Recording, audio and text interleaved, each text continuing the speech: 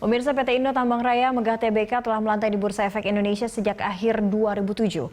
Rekan saya Julita Telambenua akan menyampaikan berbagai informasi untuk Anda. Julita, silakan. Baik, terima kasih Cakri. Pemirsa, saham PT Indo Tambang Raya Megah Tbk telah menjadi salah satu pilihan pelaku pasar sejak pertama kali menjadi salah satu emiten di pasar modal. Kita simak datanya pemirsa.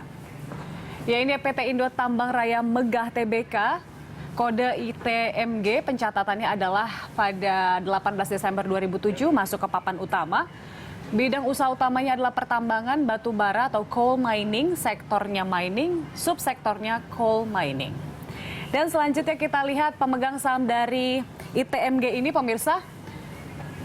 Saham terbanyak dimiliki oleh Banpu Minerals Singapore Private Limited sebanyak 736,07 juta lembar saham atau 65,14%.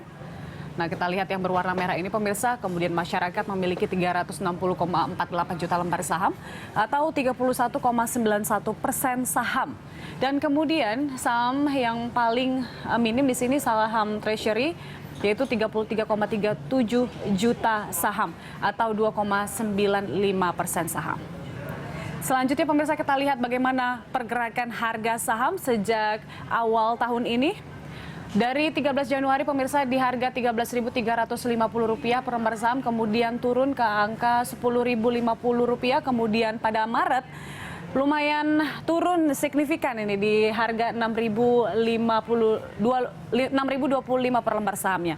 Kemudian pada April kembali naik di harga Rp8.625, kemudian turun sedikit Rp7.725, kembali naik pada bulan Juni di Rp8.925 per lembar saham, kemudian pada bulan Juli ini di harga Rp7.900 per lembar sahamnya.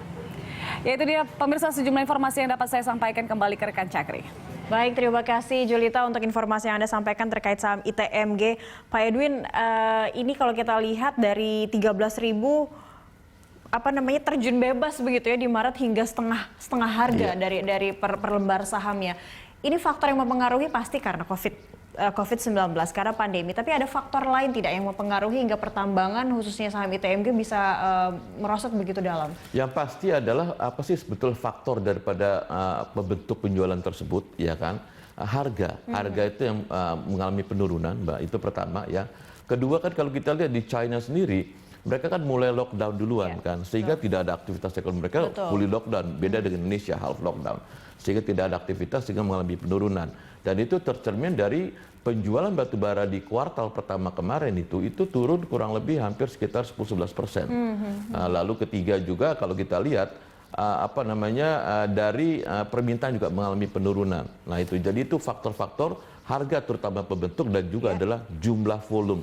Itu pembentuk daripada penjualan tersebut, Mbak. Oke, baik. Tapi kita lihat mulai di April dia ada penaikan lagi, meskipun trennya nampaknya agak fluktuatif juga begitu ya, naik turun hingga kemarin di 7.900.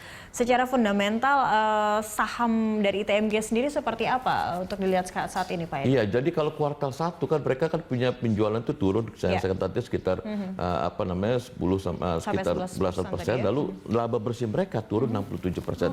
Tapi di akhir tahun perkiraan saya dia punya laba bersih itu agak lebih bagus, hanya turun kurang lebih 50%. Lalu hal kedua yang menarik dari ITMG itu adalah dia punya debt equity ratio rendah sekali, hanya 0,4 kali.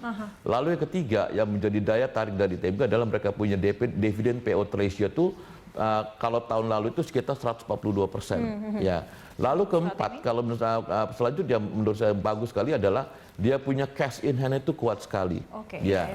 Nah, jadi mereka tidak ada utang jangka panjang nggak ada, mereka hanya utang jangka pendek. Lalu mereka punya cash kuat, ya kan?